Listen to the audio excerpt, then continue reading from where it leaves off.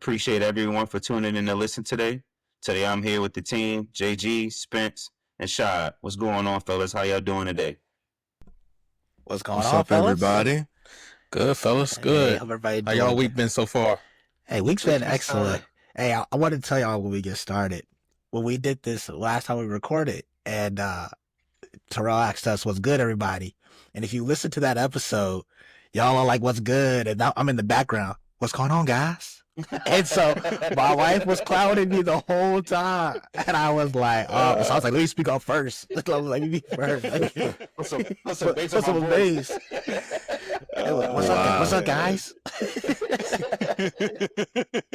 Yo, that's Hey, so That's epic. we've funny. been We might laughing have like made that that. a tag for real. We might have to make that one a tag. Hey, come on, man. Come on, man. Hey, but Oh I'm doing man. great, man. I'm glad to be here.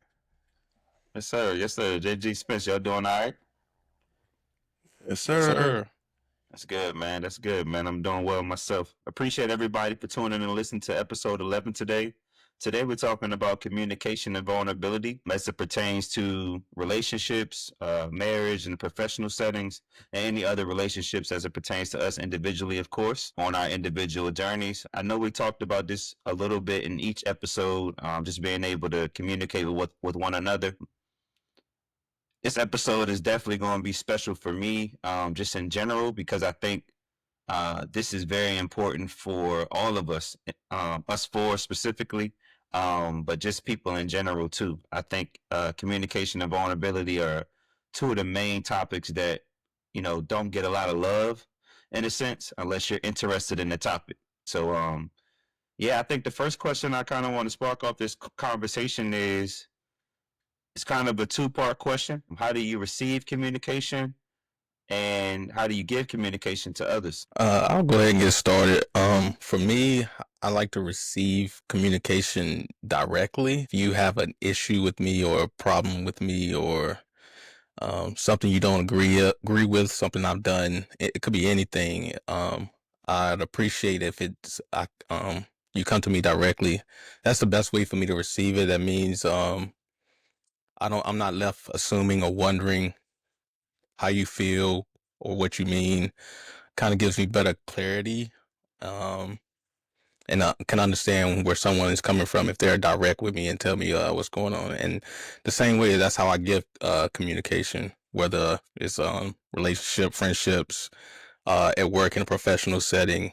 I'm pretty direct, so you know what side of the fence I'm standing on. There's no tiptoeing the line back and forth. I don't always, I'm not going to say my communication always clear and concise, but I strive for it to be clear and concise so that you can understand and there's no confusion going forward, whether it's relationships, professional, or friendships. Word. Okay, Spence. JG, Sean, and what about y'all? Yeah, I think sometimes direct communication is better received for me, but I'm kind of like a bit more like of an observer, and so I can pick up on indirect communication usually pretty well, and I'm okay with that. I've kind of grown accustomed to not everyone being direct with me. I'm not sure what the reason is behind it, but it taught me how to pay closer attention to the indirect communication, whether that be body language or facial expressions, things of that nature. For me, the way that I communicate with others is constantly evolving, especially in this season I'm in right now. I'm noticing, I guess I kind of, under the radar, it's really uh, changing quite a bit as I just continue to grow and learn more about myself and like further pursue my faith and kind of try to live that out more intentionally. Um, I'm finding that the way that I'm used to communicating is not always effective around the people, people who I love and people I spend the most time with. So it's uh, it's definitely something that I'm trying to work on continuously, but I do feel like it's in a season of change for me right now. Appreciate you sharing that, bro. All right, Sean, what about you? For me, I would say communication. I like to receive it direct. So I don't like the beating around the bush, trying uh, tune up or clean up the words that you're trying to say in any conversation, whether it's something you're nervous I'm going to say or how I'm going to react. I'd rather you be direct. If we're having a conversation and you don't know like what you're going to say, just say what you have, and we'll interpret it together. And so I don't like the, trying to soften stuff up. Just kind of tell me like what you thinking, how you thinking, why you thinking, what you are, and then we figure it out. And I should be okay enough to be able to handle that because I've asked you to be direct with me. But now when it comes to like how I communicate, this is something that I've actually had to work on and learn, because just because I'm direct doesn't mean everybody else is direct. And I used to think that I'm just going to be direct. And I used to always say, it doesn't matter like how I say it, is what I say. And that doesn't work. And so for me, it was things like reading books like Wired That Way and learning different personality styles, working with my wife as well. She's a very big communicator, and like love talking about different communication styles and teaching people different communication styles and what they had, like the personality and how they receive information. And so now I focus on like, who am I speaking with? Like, do I know what type of personality style they are? Are they a type A person? Are they a powerful choleric person like I am, where, being direct is what they want? Or have I learned that they are maybe someone that's more of like a sanguine or something, that maybe, more friendly, like having fun in the conversation to kind of give them the information? That's how they receive it. And so I've learned to cater that to whoever I'm speaking with, especially in the mentoring space, like coaching and mentoring. That's important for me, is to understand how they receive that communication. And I had to change my style. And even with me teaching HR, when I go on client visits, that's something that I'm teaching to the leaders, is because they think the same way that I think. Well, I'm this dominant person, they should be able to receive the information that way. And it's not really like that. So definitely say that's something I've worked on. But for sure, at first, I like stuff direct, and I was going to tell you direct, whether you liked it or not. But I definitely worked on that and learned how to fix that. I'm the same way, Shot. And, you know, I'm going to answer the question first and then I'll get into it. The way I like to receive communication would definitely be direct. Just let me know kind of where you are. I'm a thinker and overthinker. And so I'm constantly analyzing. If you're not saying anything, I'm analyzing whatever you might be thinking to try to get us there, because I'm a very solution focused person. So I do, in turn, if no communication is going on, I may try to speed up a conversation, or I may come at it directly trying to just get a solution to it. What if, even if it's not a problem, just trying to make sure we're on the same page or got some similar understanding. I definitely am very direct. My tone of voice is not normal compared to a lot of people. I'm very so to speak loud, you know what I mean? And I think, man, me at work, bro, has taught me so much about my communication style and how it's not effective outside of coaching basketball and coaching players at a high level. It comes off to a lot of players as motivation, just because they may come from a different background and they may have not had anybody communicate to them in their entire life, right? So being able to adjust to that as a supervisor has taught me a lot in my marriage too, with my friends as well. Kind of what you said, Shy, like just because you're being direct doesn't mean it's going to be received in the way that you're saying it or what your intent is. And I think a lot of the times, especially in new relationships, no matter if it's a personal or professional setting, you kind of got to give people grace in the beginning to get to know who they are and build that relationship. I think that's super important. Shad, I really like what you said about getting to understand the person's personality. I deal a lot with that at work as well. Outside of work, I can pretty much gauge the person and stuff like that because I'm aligned with them, or I know them from a different part of my life to where we can have those deep conversations. But at work, I'm dealing with new people every day. But I do know that sometimes it is very beneficial for people to be direct, but a lot of the times it's not, depending on the person that you're talking to or the group setting that you may be in. And they may either come off offensive, it's too up in your face, like it's too direct. It can come off like you know more than the other person. And when I start seeing those things or getting that feedback, I'm like, that's not what I'm thinking at all. And it's like, okay, well, how do I adjust this? I mean, I think creating that awareness about the communication is super, super important. But also being appreciative for the people that have been able to have the courage to tell us individually about their communication styles. I think that's so much love. You know what I mean? And being able to be vulnerable enough to tell us, hey, I don't know if you meant this, but this is kind of what I'm feeling. You said X, Y, and Z, providing an example. Janae helps me out with that a lot. And then people at work do too. So I think this is just a great conversation. I really like what all of y'all said. But yeah, that's kind of where I'm at with my answer. Yeah. I love what JG said about the nonverbal, because I think that can be just as important as the verbal, because that's something I have to work on, because my words can be saying one thing, but my body language or my tone or my behavior could be saying something different. And then, Shad, I wanted to pose this question to you because that's also something I need to work on, navigating people's different communication styles. So, and when you said that, I thought about the example Rail gave about being a coach. Everybody can't be coached the same. Some people don't take criticism the same way, positive or negative. So my question to you is, what are some of the communication styles that you've been around or you've read about that are kind of different than, I guess, being direct? Yeah. So before I say that, especially when it comes to like work, because that's probably where I see the biggest diversity of it. And I get a lot of new clients as an HR business partner, where I become their consultant. And the very first thing I tell every single client that we meet, I say, in order for us to have the best partnership, we have to have the best communication.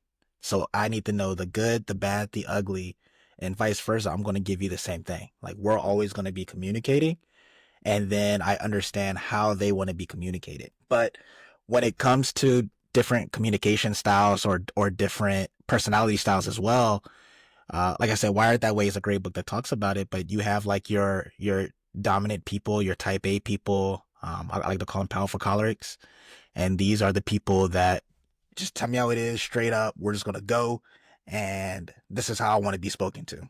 And there's a lot of different things you can use. Like, you can use DISC as well. I know some companies use DISC, and they're like the dominant people. Um, and then I like to call our sanguines.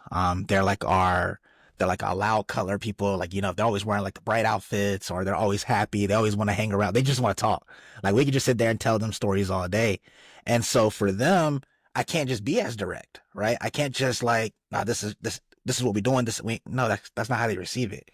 So then I find a way to kind of bridge my gap with theirs. So like, I'll explain what I want in a story or something like that to them, or make the conversation in a sense fun, right? In a way that they'll receive it.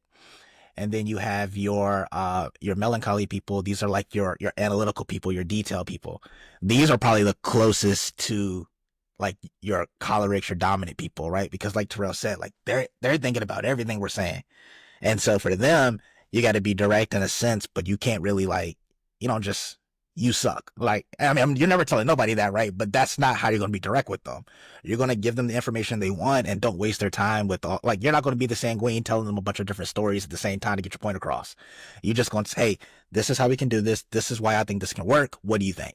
And that allows them to analyze that in a quick fashion instead of us building around it. And then you have your peaceful phlegmatics. These are like the chill people, right? These are the people that kind of sit back. They can fit in any environment. They don't say a whole lot.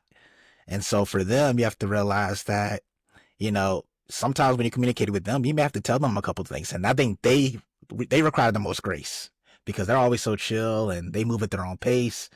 And especially like if you a dominant person, direct, straightforward person, and you tell them something and they don't move, and you like, bro, what's going on? Like we already talked about this. But you have to understand, like, nah, we just gotta like slowly communicate it with them, explain the importance, and tell them why it's beneficial to them. And honestly, that works for pretty much anybody you're communicating with. If you tell someone why it's beneficial for them, you bring them to common ground before you take them to higher ground, people will then just start to listen, right? Another way I've heard that is that people don't care what you know until they know how much you care. And so if you're putting them first, just thinking about how they feel, like how JG mentioned the nonverbals, like you can tell if you're saying something based on how they're reacting, whether they either start to step away from you, start crossing their arms, start like their tension goes away. You can tell your message isn't being received the way that it should. And so I kind of look at those, like how do they carry themselves? And then based on that, I can kind of gauge their personality style and say, okay, this person likes to receive information this way.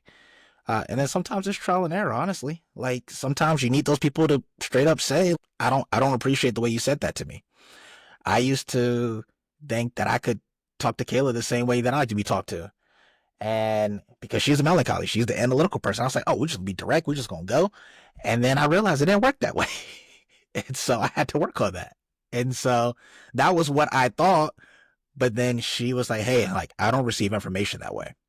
And then we worked on fixing it. You shared a lot, bro. Hey, real quick, cause I gotta I like a lot that you said.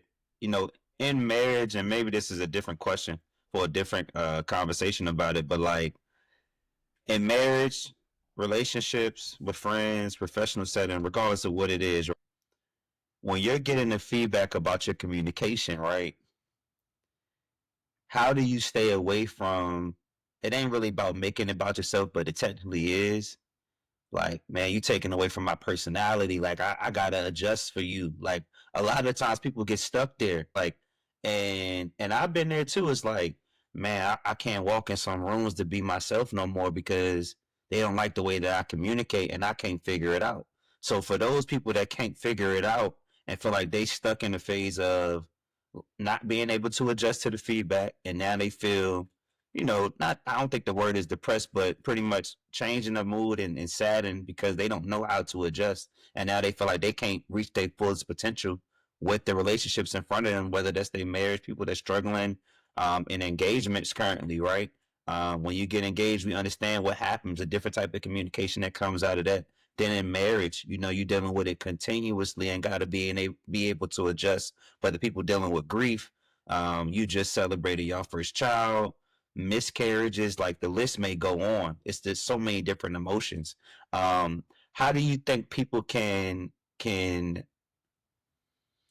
I don't even know how to phrase the question, man. Do y'all understand what I'm saying? Like, how do we not make it about ourselves, even though we feel like, you know, we're being bits and pieces of our personality is like dying off, so to speak.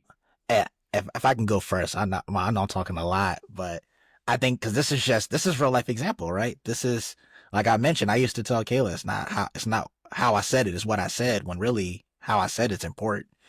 And I think for me, it was realizing that she sees my blind spots the same way I see her blind spots. And if she's like, hey, like the way you're communicating is not helping, it's me understanding that I have to maybe take a step back and not think that she's trying to change me, but trying to help me. And it's not like they're saying, and I don't think, because you can't turn someone that's like a choleric into like a peaceful phlegmatic. Like that's just not how they operate. But it's understanding the pros and cons of like who you are and how it can work in the environment that you're in. Right. And I think someone that's a super bright sanguine, that's always happy and always loud and want to have fun and stuff, you're not going to tell them, don't do that. You're going to say like, hey, let's find a way to improve on that in the sense of you still be you, but you have it in a way that people receive. And I think a lot of times we get information that doesn't help us. And what I mean by that, someone tell us, don't talk like that. And they don't give a reason why or anything, or don't act this way. And you don't get a reason why or a solution to fix it. And so I think sometimes people feel this way that, man, people are trying to change me because you don't really have a solution to fix it. And sometimes I used to feel like that. Like, you're just telling me don't speak this way, but like what's the alternative? And the alternative, you think, to me, it was thinking you want me to be like you, but then I realized like, nah, that's not it. That was a fixed mindset. Like, actually, it's understanding like, hey, asking them, how do you receive information, and learning how they receive information and still know how to deliver that the way you like to, but in a way that they can receive it. You can still be direct, but you can say it in a way different way than you suck. And so I think that's kind of what it is. Like, one, you got to be vulnerable enough to like think like maybe I need to sit back and look and think that they have my best intention at heart and they see my blind spot, because that's what I had to do. And then from there, you're able to say, okay, how can I, like, what's the solution? How can we work on this together? Or how can I work on this to be better? And be open to the feedback. And if you're open to the feedback, you're not thinking they're changing you. You're actually thinking like, okay, I can actually tweak this about me to make this better. Not mold me into a different person, just make me that much or a little bit better each time. And that's helped me a lot. All right, appreciate you, Shad. Absolutely. Spence, JG, what y'all think about that? It's a lot because I think it's something that I struggle with, especially at work, because I found myself getting frustrated because I feel like there's times where people hold things in and then it gets to a boiling point and then they tell me and it's like, why didn't you tell me this weeks ago? I've been doing this whole time. Why didn't you tell me this weeks ago? And I think that's where I struggle with, I guess,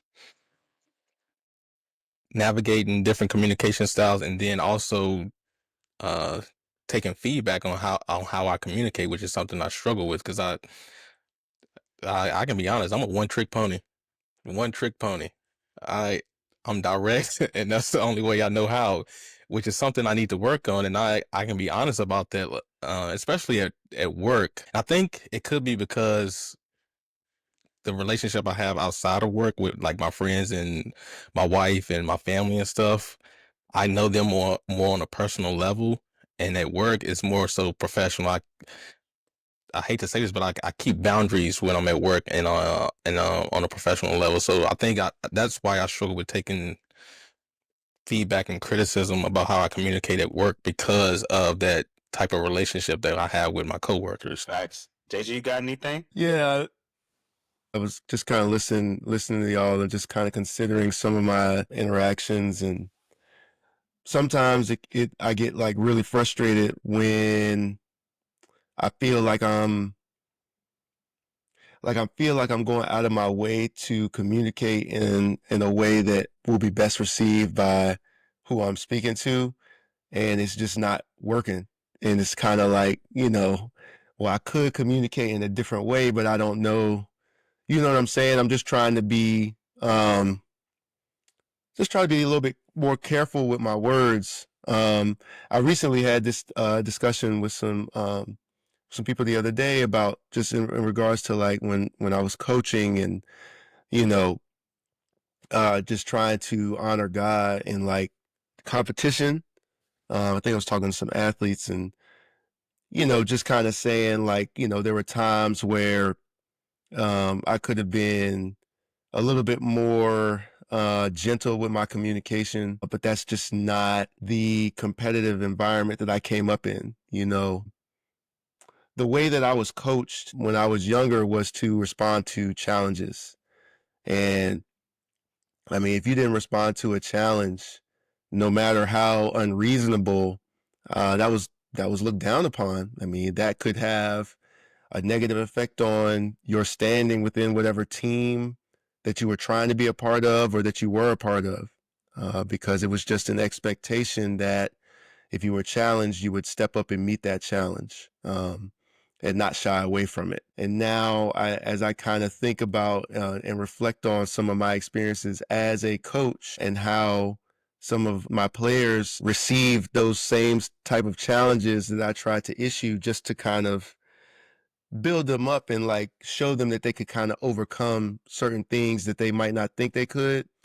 I wish I would have reconsidered that approach a little bit more at the time because I kind of was like repeating the cycle, so to speak.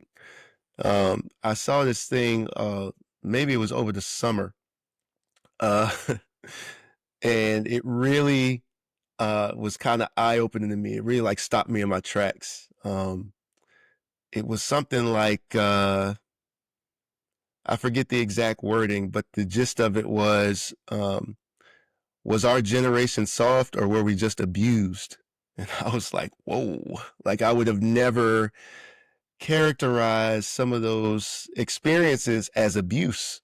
But now kind of thinking about it in a little bit greater detail, and I think a lot of that would be characterized as abuse today. And it's not that much, and that we're not that much or that far removed from some of those experiences where it was just like our understanding of that was shaped by the environments we were in. And I think those environments are different now. I mean, you really have to be careful with your words because they affect people differently in this era than they did when we were younger. Man, I had something to say on that, JG. I was thinking about that while y'all was talking too, and I was over here thinking like, why does society? Why are we unable to be vulnerable in society outside of our homes and our closest friends and circles and families? Right? And I think that's really kind of what's going on in the conversation that we're talking about right now. I think when we lend people that vulnerability, sometimes it helps the communication moving forward. Just think about maybe that one coworker you had a very vulnerable conversation with. Y'all probably have no issues ever again, just because you kind of know where they come from. And I think that's what's missing. And I think when you're talking about the generations that may have been abused, whether that's verbally or whatever the case is. That was a great example, by the way. But probably around, I don't know, 2017 until now, the culture and the society has shifted to a very vulnerable state. And it didn't allow anybody to catch up to it in a way. And I think that's what's really missing a lot of the times in the community, at work, people that you may become close to over time that may be new to your inner circle now. I think that nobody really understands how to function in that vulnerability state a lot of the times. And that may be oversharing, undersharing, or not sharing at all, right? Everybody just trying to protect what they have, their family members, their possessions. And I think if we're able to be vulnerable more with others, we're able to communicate more effectively because people have more background of where we may come from. If every player that we came in contact with, for the coaches and athletes, an example, is just like, if a kid told us, hey, look, this is what I got going on at home, coach. This is why I do this. You would coach them differently. You would talk to them differently.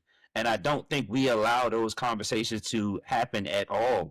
Where is the space for that conversation outside of going to therapy? Like, how is your coworker, supervisor, or subordinate going to learn anything about communication if you never open up to them? So that's all I wanted to say about that. We got to be able to lend more vulnerable energy in order to make progress with communication. That's just my perspective. I got a question for you, but before I ask the question, I want to say something to kind of what JG said, because I thought about that a lot too. Like, man, growing up, how we received it, like we were just told that's how it is. As I was just thinking about that, I was like, you know what? Even when that was happening, people still quit our teams. If you think about it, when we play sports, people still quit because people didn't receive that the same way. I remember, and I'm not gonna say I'm gonna quit, but I think Spencer remember, like, we had one game where our coach called dude like a useless animal. And I was like, bro, he didn't quit. And I was like, it didn't make him play better. It didn't do anything. I was just like, you just being disrespectful just to be disrespectful. And I was like, yeah, that would have blew a lot of people out. A lot of people would have been gone. If that was a football team, a basketball team, you only got like 10, 15 people. A football team with 50 plus, oh yeah, about 3, 4, 5 people don't quit. And I realized that because maybe we were so tunnel vision on us that we was like, oh, we ain't gonna quit. That's fueled us. But it didn't work for everybody. And so I was like, man, well, yeah, we did hear stuff like that, but at the same time, somebody else would have been blown out from that and they would have been gone. So, or at least they would have been fighting with the coach or something. I don't know. But I think that's kind of like the same thing today. I think we grew up in that environment, and a lot of the kids maybe were coaching or something, maybe didn't have the same environment or the same life, right?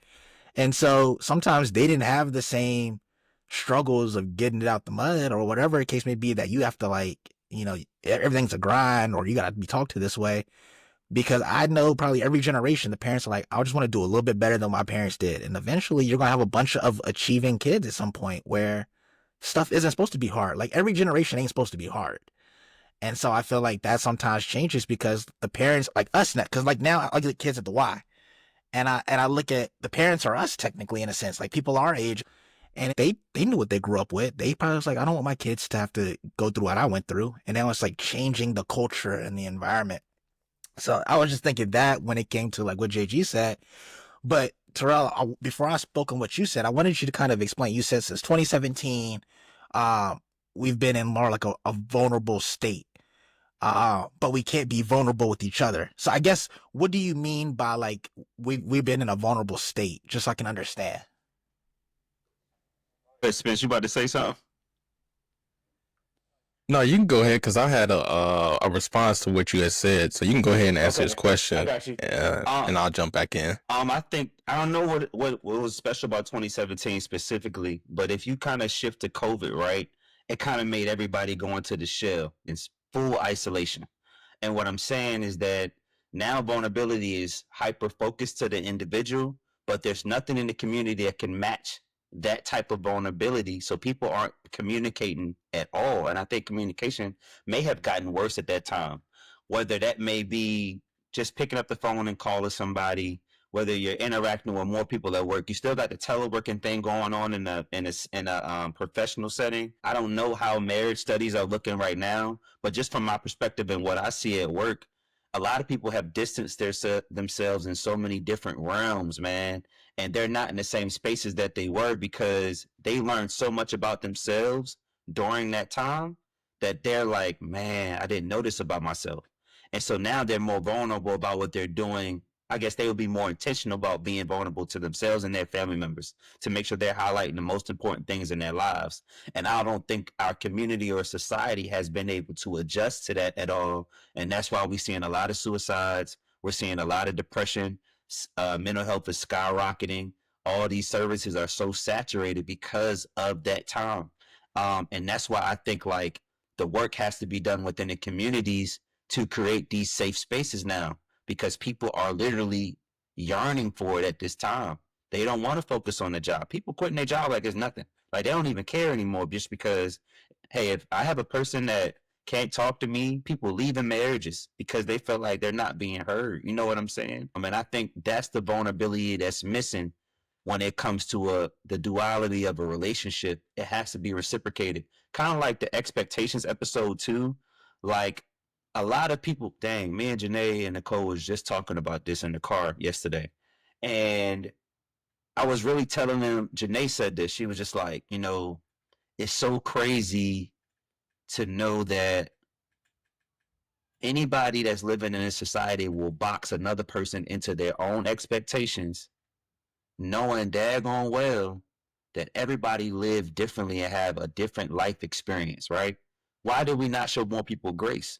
And that's what I think is missing. Like we just haven't been able to catch up to that. Our generation is kind of slowly coming out of it, but we 20 years late. Like we 20 years late, right? But now that a generation has kind of been skipped over since 2017 and now a lot of things are being sped up. So now I want y'all to start thinking about like, all right, so what the future really look like if now we start with vulnerability. If we're starting with vulnerability and the verbal abuse and the lack of communication is pretty much probably going to be better on the further end 30 years from now. It might be better if things start getting put into place, right? Because right now it don't exist, fellas. Like it don't really exist outside of you going to counseling and being able to be vulnerable. And I think a lot of people are just on a defense mode as soon as they leave the house. They want to protect what's theirs, and I don't need to lend my vulnerable energy to anybody because I don't know you. Well, how you gonna get to know somebody if somebody don't start being vulnerable? Like you just never, it's never gonna work. You can't communicate the things that you probably really feel deep down inside your soul with another person when you come up on a disagreement or conflict or even a happy moment. Like you can't even tell them about a happy moment because you don't want to. What Spence said, I have that as well. I have boundaries when I go to work. I'm not sharing everything. But what does work look like if more people are being vulnerable? I think it's a very joyful environment that's now created, and I think that's what's missing. Yeah, and I just wanted to add on to what you said, Rail. You said we need more vulnerability in the communities. And I think, and this is just what I believe personally, there's not much vulnerability in the communities right now because there's such a negative connotation behind it. If you look up the definition of vulnerability, and I wrote it down, susceptible to physical or emotional harm or an attack. Who wants to be attacked or emotionally abused or physically abused? So we have to get past that negative connotation um, that comes with vulnerability because, in my opinion, it can help you grow. You mentioned people dying from suicides because they're not able to be vulnerable or talk to anybody.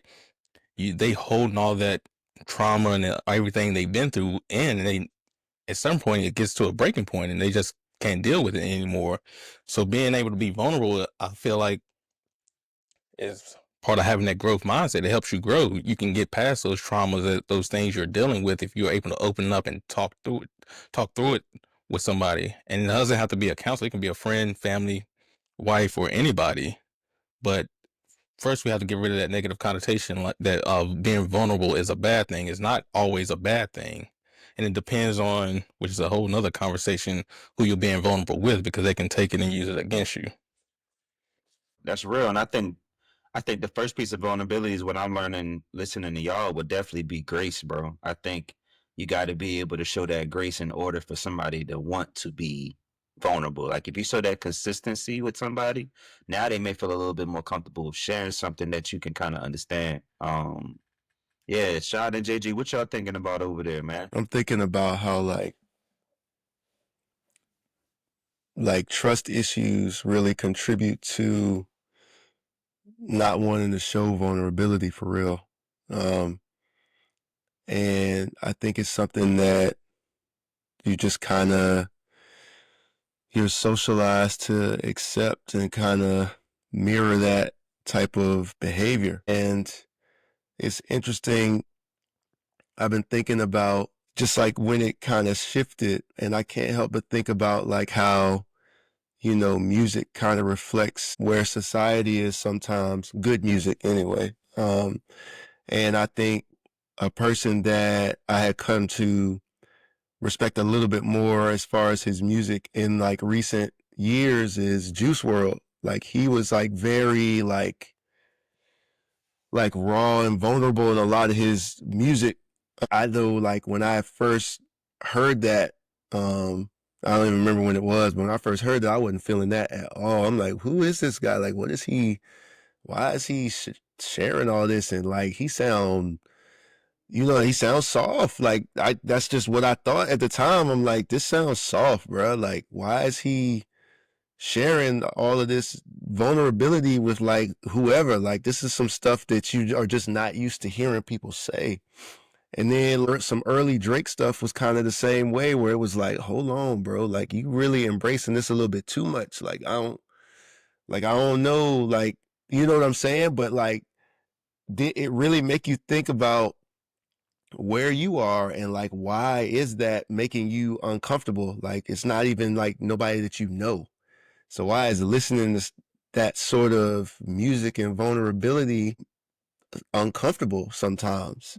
And it's because you're just not used to doing that yourself. Like you're not used to sharing things with people, even those who are closest to you. And that's kind of like, that's a shame. I've really like, not because of the music, but I think I've really come around to just realizing how much I tend to like shut myself off from people, like even people I'm close to. And it doesn't take much for me to go to that place. And I kind of want to like push back on it for real, because it's damaging. Like it's damaging. And I feel like I'm kind of repeating the cycle of some of the stuff that I went through and bringing that to present day and some of the interactions I have with others. But some of it is just like, it feels involuntary. It feels like that's just a natural reaction to like a perceived threat in a conversation, for lack of a better way to put it. And I just feel like I need to protect myself. So I put that wall up quick. And I don't think that that's necessarily the best response anymore to that, because like I'm just pushing people away, you know what I'm saying? But then we all have times where we need somebody to talk to or lean on or like vent to or whatever, just to kind of get out some of the stuff that you're thinking about or dealing with. But like a lot of times those are the same people that you push away on a regular basis. If I'm being completely honest, I find myself justifying the fact that when it's time, when I feel comfortable being vulnerable, like that's when I need you to be here. But like all the other times I'm like pushing you away type thing. Because like I'm just not in a space where I can allow that, for lack of a better way to say it. I think it's and I think it's interesting you picked 2017, because I was thinking about where I was in 2017. I used to be the person that would say I got 3 cries per year. That's it. And I would literally suppress tears and I would cry literally 3 times per year. I'd be like, oh, there's one of them. I only got 2 more. It could be January. I'd be like, 2 more. And I used to just do stuff. And I think social media plays a big part in that. I think social media, like you look on that, right? And someone's being vulnerable on social media and you go into that thread, they get inflamed. And you realize if you show emotions, people look like they joke on you for that. And I think that's something that is completely wrong. I think, for example, right now, we're 4 black men here talking about expressing your feelings and being emotional, right? If this clip posts to like X or something like that, and it gets to the wrong group of people, man, that thread gonna go crazy of just people like, oh, look at them, they think they know it, like they solve like, what is this, the Super Weenie Hut Junior Club or something? You know, they be saying anything, you know what I mean? And it's like, why is that the case? Like, why does society turn to that? And it's something that I've started embracing is my vulnerability, especially recently, because Kayla and I went to marriage counseling, and I guess I grew up with the mindset that like real men don't cry type of thing, you know. And I think probably a lot of us have heard something along the lines of that. And I was talking to the pastor, and he was like, "I cry all the time. You told me I'm not a real man?" And he's like, there's nothing wrong with you being a man and being vulnerable and having emotions. Like, you don't have to suppress how you feel. God gave us all emotions and gave us all feelings. And so it's completely okay for you to feel and stuff and be vulnerable in those situations.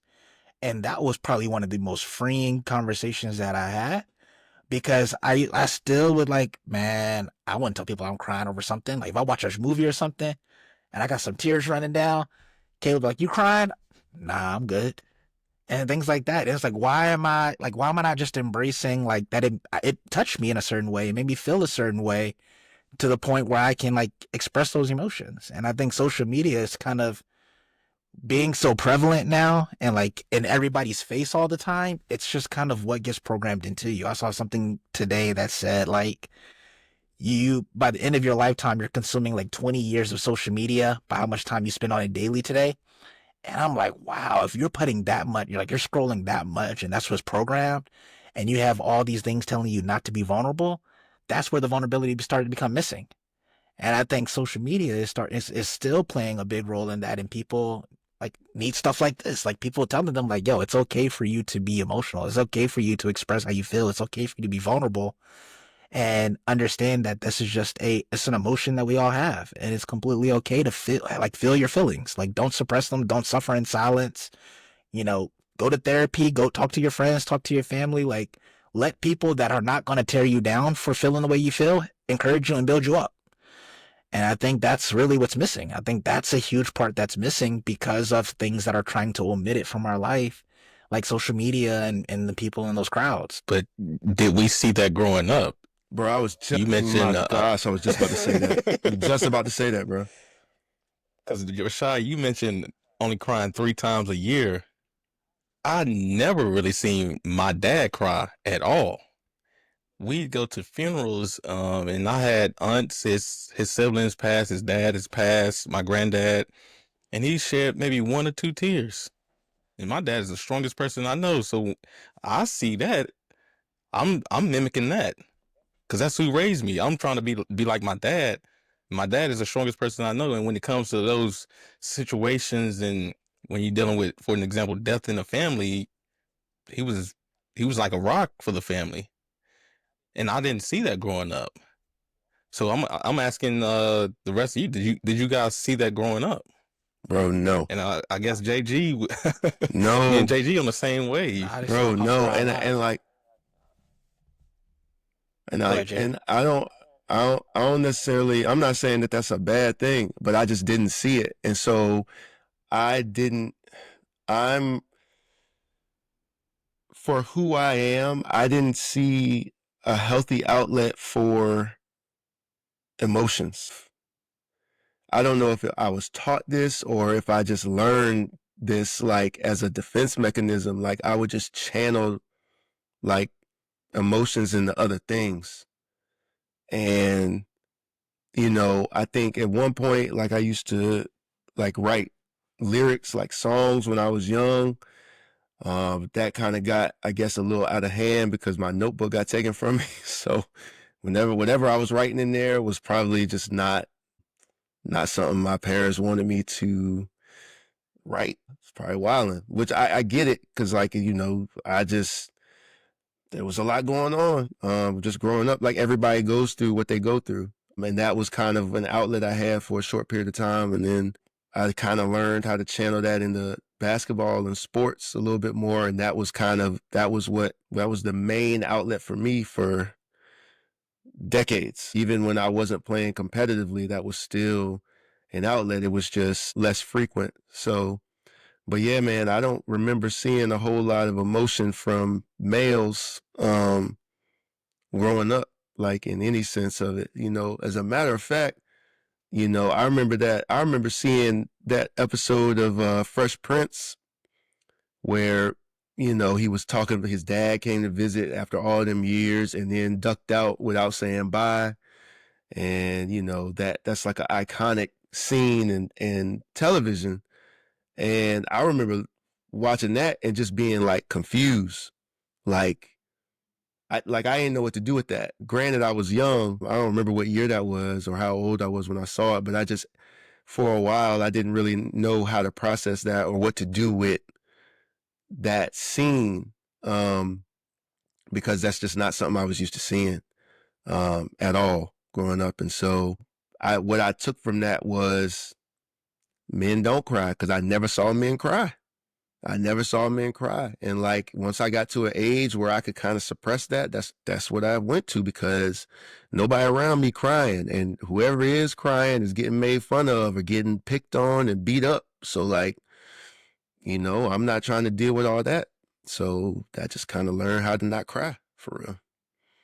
Then everybody masking it, and it look like anger in the community though. Real quick, Facts. because I ain't been able to cry, so a man is able to be angry. Why? Why? Hold on. It's the only emotion is happiness or anger. This is the only two I can do outside of my house. You know what I'm saying? So if you ain't seen anybody cry, and this is a male or female, it don't matter. Like, if you didn't see that in your household, you're not gonna know what to do when you go through rough moments.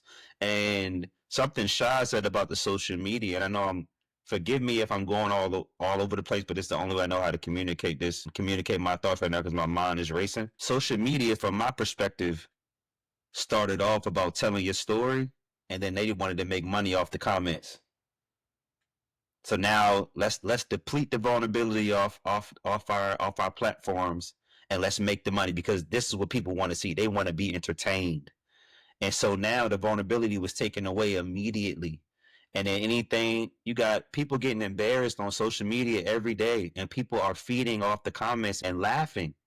And it's like, man, you laughing at somebody divorced. You laughing at what they paying in alimony. You laughing at a grief stage of their life. But why is the only constant variable that we all agree upon is death? Why is that the only thing that we can agree upon? It can happen in a work setting. We never talk about being vulnerable. We never talk about our feelings, but we send in flowers when a family member dies from a co-worker's family. Are you telling me that death is the only way that our community really knows how to relate to one another as it relates to emotions and vulnerability? And that's what I think is continuously happening, and is what it is a problem in my perspective, man. I remember y'all talked about parents crying. I remember this one time. It wasn't a sad moment, but I just saw my dad express like he was happy and joyful, so he cried. So I had gotten in trouble at school. It's probably in the sixth, seventh grade, and I was singing a song that was inappropriate in class, and y'all know me. Like, at a young age, Disrael was a very energetic kid, bro. Like, always wanted to laugh and see people laughing. So it came off as you clowning off, right? But I was just like, just such a good feeling to see people smiling and laughing. And it's crazy to understand this is who I am today. But anyway, I'm clowning in the classroom. The teacher like write a note to my dad or whatever, man. And y'all know what happened and the black families in the house when you got to go home after school and you got in trouble. Right? We're not even going to disclose that information on here, but y'all know what happened, right? Anyway, so this around the time he was communicating to me a little bit differently, though. Like, bro, don't do this. or why did you do this? Why did you do that? But anyway, I had gotten to the National Honor Society the same day. So I'm like, hey, bro, I might be good when I get home. I ain't really gonna get in the same amount of trouble. So I had the note and I had the National Honor Society letter that, hey, you just got inducted. This is gonna be your day. And he just started yelling. And I was like, I gave him the joint, like, just take this, like, read this before you start wilding out, right? And so my dad go outside. We used to have this like still have this big window to look into the backyard. He's going to get wood off the pile to put into the fireplace. And bro, he just reading the letter and like breaking down, crying, like holding some wood for the fireplace. And bro, that was just a powerful moment for me to see, to know that like, dang, it's okay to cry, not even when you sad, even when you feeling some joy and peace and being proud of your son or your daughter or whoever in your family. Like, it is okay to cry. Fast forward though, my mom lost both her parents 1 year back to back. Okay, I saw her cry maybe 2 to 3 times. Sometimes them 2 to 3 times was probably crying together. And the way seeing how strong she is, man, it's like, man, I ain't really seen my mom cry. And then we had the Wednesday call last week, and it was about having deep conversations with your parents. And that question came from a conversation that I had with my mom, and we was just talking about like the amount of death that people have to experience in life if they have a lot of family, even if they don't, kind of what they got to go through. And I was like, man, everybody got to see death, bro, no matter how it looks. And it's like the only common thing that people want to be vulnerable about in this world, which is weird to say because so many other things happen in between being born and dying. And I just asked her like a simple question. Hey mom, like how does it feel not being able to pick up your phone and call your mother anymore? You know? And then she divulged the information like, man, some tough nights that I just cried and y'all didn't know about it. And that type of vulnerability let me know that like, bro, so many other people out here that's experiencing so many things to where they crying in the closet, crying by themselves, and nobody knows. And I do think that our parents were crying, but they just didn't let us see it because they wanted us to be on this platform right now. They wanted to instill certain qualities in us, but just think if they did do those things, if parents are able to be more vulnerable with their kids and allow them spaces, I think they would be stronger.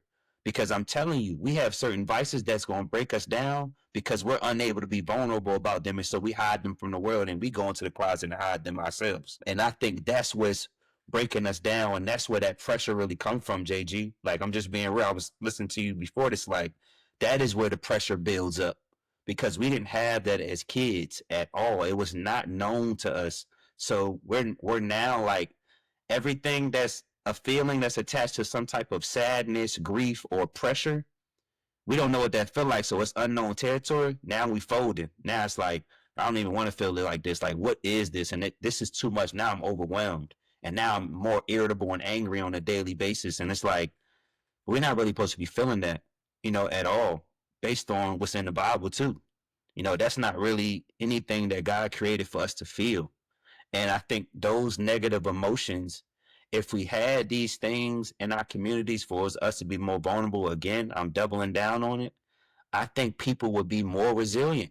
And it's crazy to say that because we already have a very resilient population in this world already without those things. So what would it be if we had those vulnerable spaces to be able to communicate how we feeling, what we going through, not necessarily a venting or like a counseling session. It's just dialogue to see if we get some reciprocation to progress relationships forward.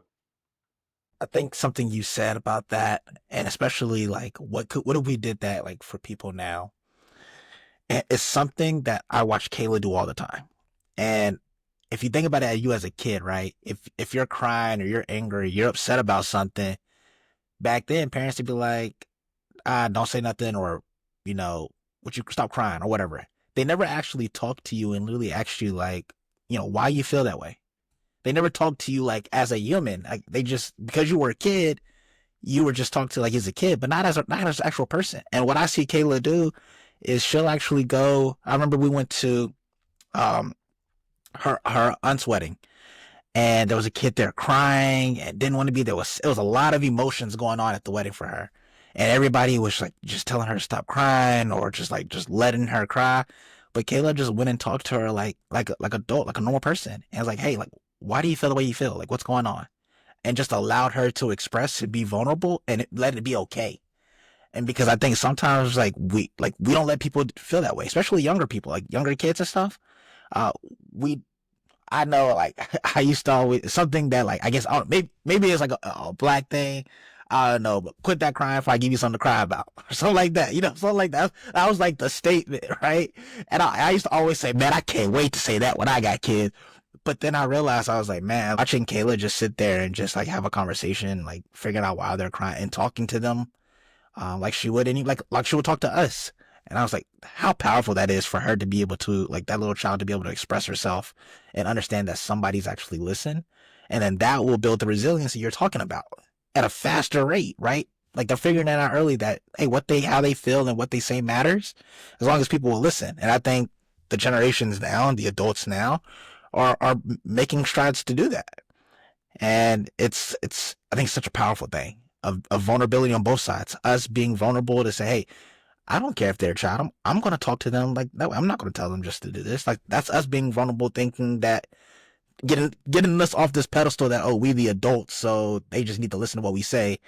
And it's them being vulnerable, allowing them to express themselves and share really, like, why are you crying? Why are you having a bad day? Like, what's going on? And let's provide a visual for the audience, right? A kid is always a kid, even as an adult, right? Mm-hmm. So let's put a kid in a room with no doors and it's pitch black. Okay, it's four walls. Let's just say it's four walls. Until somebody either breaks the wall down or places a door in the wall, in one of the walls, the kid will be blocked out from the world forever. That is not on the kid.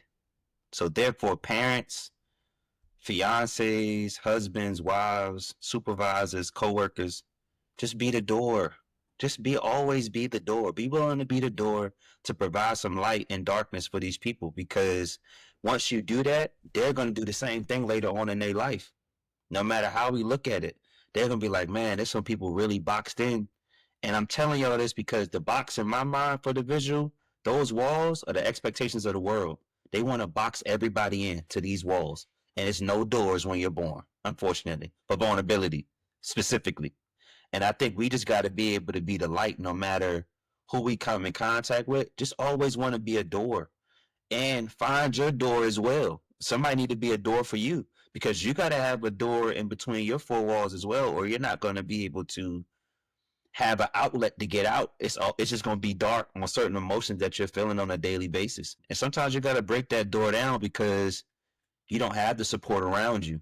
So for whoever that person is that feel like they don't have anybody to provide a door to them, some type of renovation to the room to help them get out, hey, you got to figure it out. And figuring it out means you got to bang in a one spot and you got to focus on that one thing that's bothering you the most, and you got to address it, or you're going to continue to be in darkness. So that will be my visual for the example that we're talking about when it comes to being vulnerable and then creating a door of communication. I think that's fire. I think another important piece to this, right? Like, working on this communication and vulnerability that a lot of times people leave out is the self-talk or the self-vulnerability. Being vulnerable with yourself or what you say to yourself, right? Something may make you cry and you may start calling yourself weak. Like, wow, why am I crying? Why am I weak? Or even when you're communicating to yourself, you may be, direct with yourself. Like, man, this ain't good enough, or I suck. And I don't think we understand how significant that self-talk is, and how much it impacts our life and, like, our subconscious, right? Because that's what you hear your voice the most out of any voice you hear. And if you're constantly putting those negative words in, or those negative thoughts into you, that's eventually what's going to keep coming out of you and what you're going to start portraying to other people too. Right. And I think sometimes that feeling of vulnerability, suppressing that yourself, doesn't give you grace to allow other people to be vulnerable, because you've never really talked to yourself through it and helped yourself manage it either. So when someone else is doing that, it's unfamiliar territory, and you don't know how to help them when they're trying to be vulnerable. And I think, like, even for that, like with people like, oh, how do I talk to myself? How do I have positive self-talk? I mean, there's, you can read What to Say When You Talk to Yourself. I think that's a powerful book of how to have positive self-talk. And it's something that I think about as well, or even start saying affirmations. I have a huge list of affirmations that fills me with life and allows me to be vulnerable with myself, because I embrace the vulnerability with myself, and I tell myself it's okay to feel that way. But I also speak life into the situation as well. And I think that's something that a lot of people are missing when it comes to embracing vulnerability, or even embracing communication. Is like, how do you even communicate with yourself? So I want to see, like, what did y'all think about that? Like, when it comes to, just having conversations with yourself, like your thoughts and things like that. For me, man, it involved a lot of prayer, bro. Especially when guys started talking to me and telling me the things that needed to be done. I was in complete darkness, bro. I would definitely say that. And my parents haven't really been through what I'm going through now, and they have different successes in their lives in other realms, and I think some of it is similar to what I'm going through right now. But it is a different it's a different pace that I'm walking at right now, right? And it involved a lot of prayer and a lot of affirmations to indicate that, okay, I really was created to do this. Now that I'm shown that I was created to do this, this is unknown territory. And that was literally going to be my question shot in a different way of like, what does your communication look like when you're unable to have positive self-talk? What does it look like to others that you have relationships with? So I think for me, the self-talk for me did look like prayer, meditation, and being able to talk myself into what's going on, and being able to talk to God on what I'm supposed to be doing next in my life. But I think before I found God, I think I couldn't communicate what I was feeling, bro.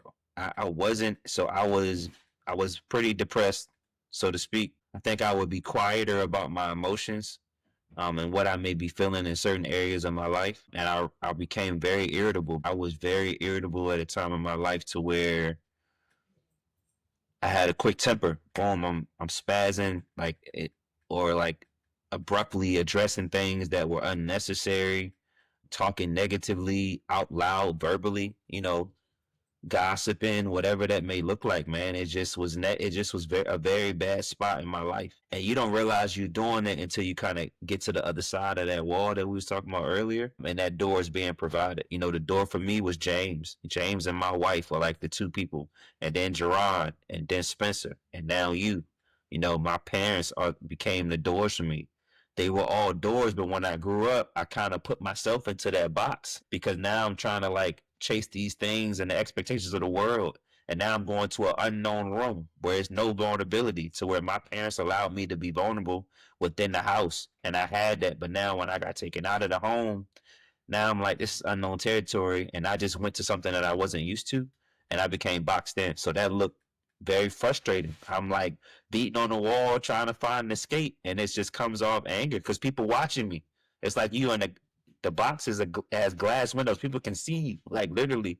And they're watching how you react to certain circumstances. And I think that could come off to them as aggression, verbally abusive. Your tone is too loud. I don't like your tone with me. Irritability can come off, and now you just negatively talking around the people. So I just think it's a lot there to unpack. So that's kind of my answer. Shout out, great question. Yeah, for me, similar to Rail, it's prayer, and also similar to him, I'm an overthinker. Like with me, I can get in my thoughts a lot, deep into my thoughts, and start overthinking, over analyzing things. And also what helps for me outside of prayer is I think what helped me was my parents. Growing up, they spoke life into me, and encouragement, and positive affirmations. So particularly for an example, when I went off to college and I was on my own, and things were different. They were hard. I was in a different environment, and especially that freshman semester, I was away from all my friends that I grew up with in high school. Like, I mean, I had my teammates, but still, there were times where like I was alone. I was alone in my thoughts, wondering, is college for me? Did I make the right choice? And a lot of prayer, and then just remembering that my parents believed in me. They spoke life into me, and leaning into those affirmations that my parents and my family members spoke into me kind of helps me deal with those those situations where I'm being vulnerable with myself and find myself getting down on myself, or thinking that I'm not up to par to do certain things. A great question, Shad, for sure. Self-doubt creeping in. That's real. Appreciate you sharing that, Spence. Go ahead, JG. Yeah, one thing that really helped me, I'm trying to find the exact location of the verse.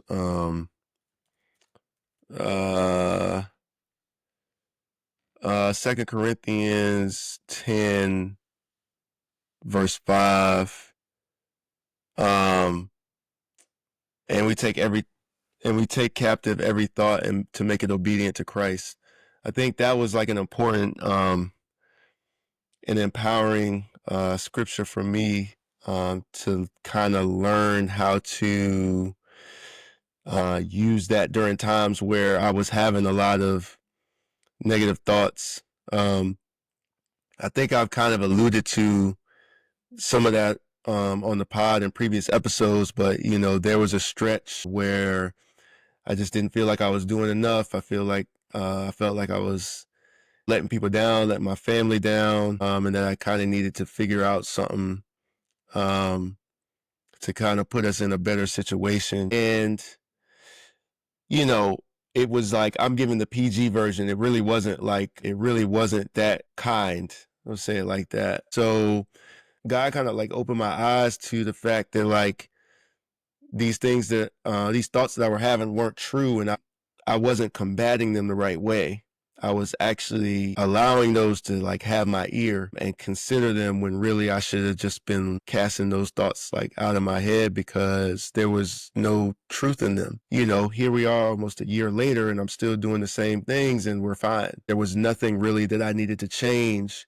Like, we're actually better overall as a family, just like how close we are and how we communicate and the time that we spend together. We're in a much better place than when those kind of thoughts were reigning kind of in my head unchecked. And so, I was just under the impression that like I needed to change our financial situation. I needed to do this, do that, and do the other. And like, you're just not doing enough. You're not stepping up. You're not being a good enough father. You're not being a good husband. Like, all those things were just not true. And so that scripture, that verse, 2 Corinthians chapter 10, verse 5, was really something that I leaned on heavily for a while. Still do. And so it is important to realize that like, negative thoughts that we have about ourselves, like, that doesn't come from God. Like, nothing negative is coming from God. And so it's important to realize that, and then it helps you identify the true source of those types of thoughts that you're having. Even when you are feeling a certain way and you say things out loud, you have to realize that like, you got to be careful with your words. Proverbs 18 verse 21 says, the tongue can bring death or life. Those who love to talk will reap the consequences. And so that's just a very strong warning to check our words and to make sure that we are not just speaking recklessly, because words have power. Beginning of James 3 talks about controlling the tongue. If we could control our tongues, we would be perfect and could also control ourselves in every other way, which is like powerful. I mean, we don't have to go into detail, but like, just as men, that's a powerful statement. If we could control our tongue, we could also control ourselves in every other way, which means that what you're saying has like some sort of control over your life. The way that you speak about yourself, about others, kind of dictates your life. And that's supported in another scripture that I don't have the location right off the top of my head, but out of an abundance of the heart, the mouth speaks. What you say kind of dictates and controls your life, but it also reveals what's in your heart. because whatever is in your heart is going to come out in your words and in your speech. It goes on, James 3 goes on to say, and among all the parts of the body, the tongue is a flame of fire. It is a whole world of wickedness, corrupting your entire body. It can set your whole life on fire, for it is set on fire by hell itself. So, like, really driving the point home that, like, we really need to be careful about the things that we say, and the power of your words and what you're saying means about what's inside of you, like what you're allowing in your ear, in your thoughts, into your heart. Proverbs also instructs us to guard our heart. I think it's Proverbs chapter 4, verse 23. Instructs us to guard our heart, for it is the wellspring of life. So all of these scriptures are connected and showing the importance of not only guarding our hearts, but whatever is in there or whatever we let in there is going to reveal itself through what we say. And so, I think that was a roundabout way of kind of explaining like where I was at and kind of realizing through these scriptures and others the importance of checking my thoughts, being slow to speak, and really making sure that I'm making every thought obedient to Christ before it has an opportunity to come out of my mouth, because I want my speech to glorify him. May the words of my mouth and the meditation of my heart be acceptable in your sight. That's another one that I would say often, like every day I would pray that. And then I would find myself just saying it under my breath when I felt those thoughts. So like, that was just a key, like replacing negative self-talk or just negative speech in general with scripture was instrumental in turning around where I was at in life and how I was feeling and the things that I was dealing with. Because you start speaking life, you start speaking scriptures and start speaking life, like your actions are going to follow that for sure. I think, and I appreciate you sharing that, JG, because while you were just naming all these scriptures and stuff about speaking life, it made me think about the book Hung by the Tongue. And it's a small book you can read, but it literally talks about all of these scriptures that you're speaking of about speaking life and how important it is to speak life and how life and death is in the power of the tongue. And so I remember the first time I read that book and I was like, man, the Bible is telling us everywhere how important it is to speak life into everything. And it made me think, like, I feel like the hardest area probably of all of our lives probably was to speak life into was probably like sports or something where we had to achieve, right?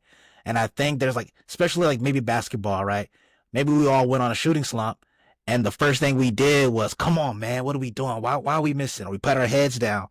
And I love that. One of my favorite things to see is like when a teammate or a significant other, as soon as someone's head go down, they raise their chin up and they make sure you keep your head up. And I mean, even though you're not saying nothing, just putting your head down is speaking death in that. And it's so significant because I think we put so much expectation, especially when it comes to athletics, to perform the best that we can, that we think we got to be perfect. And when we're not perfect, we start speaking death into us. And I feel like that's an area where in anything, any type of area where you feel like you have to win or you have to achieve, is where you're most susceptible to start speaking death into you instead of speaking life into you. And so I would definitely say for those people, especially in the athletics world, man, reading Hung by the Tongue, checking those scriptures that JG mentioned and constantly speaking those and making sure you're changing that self-talk. When you're on the basketball court, when you're on the football field, the soccer field, track, wherever you're at, like when those moments come where you're just not feeling enough, remember, just tell yourself you are enough. And then make sure you keep your head up, make sure you speak life, and you keep working on and figuring out how to get better. Because that's something that I wish I did at times. And I feel like I would have helped my game go a lot further in all the athletics that I played if I didn't always beat myself up when I did something I felt was wrong. And then I put all this unnecessary pressure. And now I think about it like if I'm just playing pickup or something and I miss 2 or 3 shots, I start clapping. And I don't put my head down. I don't say, come on. Like I start clapping. Keep my head up, smile, clap, and let's go. And it's realizing that I'm no longer going to say I'm messing up or something like that because I'm missing. I'm not being perfect because nobody's perfect. And so I think like especially in the athletic world, I'm sure you all can relate. That's probably the very easy spot, or any type of achievement. That's a very easy spot for you to make sure that you can easily go to negative self-talk, and you have to be mindful for it. Nah, man, when y'all were talking, that's Romans 12:2, JG came to my mind. So I pulled it up, so I'm gonna read it for the audience. And I'm reading from the NLT, and I'll read the King James version as well, because the King James actually hits a little bit different and kind of highlights like why we had these conversations. But to the example of like we didn't see things as kids with our parents, the first part of the second verse says, "Don't copy the behavior and customs of this world, but let God transform you into a new person by changing the way that you think." And so I think that piece right there is a perfect example of us. If we're continuing to copy what we see in this world, we're going to be negative. If we see everybody miss a shot, put their head down, we're just going to copy that. So let's just stop doing that first, right? That should be the first example, right? And then breaking the second part down is then you will learn to know God's will for you, which is good and pleasing and perfect. And the way that's phrased, when you say something is good and pleasing and perfect, why would you want something else? Like pleasing and good and perfect. That is a lot of affirmations, bro, of like you're not it's not gonna get better than this. So why are you trying to do something different? And in the King James version in Romans 12:2, it says, "And be not conformed to this world, but be ye transformed by the renewing of your mind, that you may prove what is that good and acceptable and perfect will of God." And I just think like that's a perfect way of kind of just summing up what all of us probably experienced when we were, whether we were kids, whether we were just experiencing those things and being able to not express what we were going through, man. I think we were copying and mocking what we're seeing in the community and what we're seeing at home and what we see at work. We don't see people talking about good stuff at work. We see them talking about the drama, the negative stuff. So if you stay in that work environment for too long, you might be start mimicking the same things. But don't copy the behaviors of this world. Try to renew your thinking and renew your mind to something different than what God's will is for all of us individually. That's all I wanted to say. All right, Spence. What you got down for us today in Spencer's notepad, brother? Um, let's see. Start with communication. The process of exchanging ideas, thoughts, and feelings between individuals or groups through various mediums. Being able to effectively communicate so that information is received and understood with clarity and purpose. Pay attention to nonverbal communication, and people have different communication styles and receive things differently. Best partnership starts with communication, being able to find commonalities with people that have different personalities and communication styles, and being open to feedback on how you communicate. JG mentioned being careful with your words. They affect people differently now than they did previously. Where you mentioned need more vulnerability in community. Shaw mentioned every generation is not supposed to be hard, which really stuck out to me. JG mentioned trust issues contribute to not being vulnerable, and that's become the norm in society. Shaw mentioned social media plays a big part in that, because people get made fun of on social media for being open. Me and JG mentioned not seeing vulnerability when we're growing up in the men that we're in our lives. And to play off of Shah's point, Rail mentioned social media started with telling stories and turned into making money off of comments for entertainment. Shah mentioned letting kids know that their feelings are valid and talking to them like they're human. And Rail, to add to that, you talked about being a door for kids so to let them be vulnerable. JG mentioned negative thoughts don't come from God, and to control our tongue, if we control our tongue, we'll control ourselves in every other way. Shai, you mentioned speaking life into everything. And then, Rail, you just mentioned don't conform or copy this world. Let God transform you. And that's all I have outside of the notes that I had prepping. Appreciate that, Spence. Spence, what do you think your biggest takeaway was from today? Um, Probably two things. Speaking life, the point that Shad mentioned, speaking life into everything and not getting down on yourself and thinking that everything has to be perfect, especially with things that you're trying to achieve. And then the point that JG made was being able to control your tongue. You'll be able to control everything because a lot of things start with how we communicate. That's the basis of all relationships. So being able to communicate and how you say it and the way you say it is the basis for everything. And if you can control that, then you'll be able to control everything else. That's powerful, Spence. Appreciate you, bro. Yes, sir.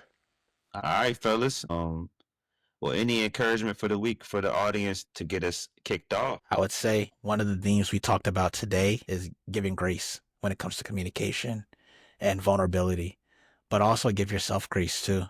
And it's okay for you to feel how you feel. And you may mess up, you may speak negative, but give yourself grace and learn from it. And like say, you know what, I maybe did this, but I'm gonna work on it next time.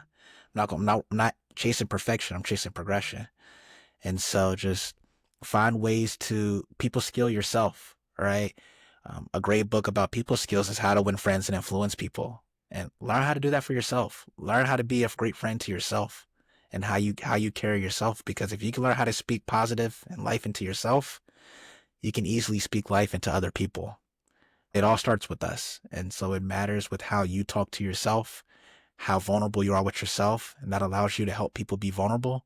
It allows you to communicate with people and realize that, hey, we can always make friends and influence people just by being ourselves first and true to ourselves and improving ourselves daily. So give yourself grace in that process because it's not an easy process to overcome the multiple years, 10, 20, 30 years of negative self-talk you've probably put in or you've been around or the suppression that you've had.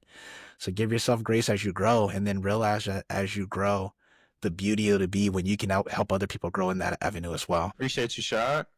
JG and Spence. For me, this will be speaking to the people that are holding things in.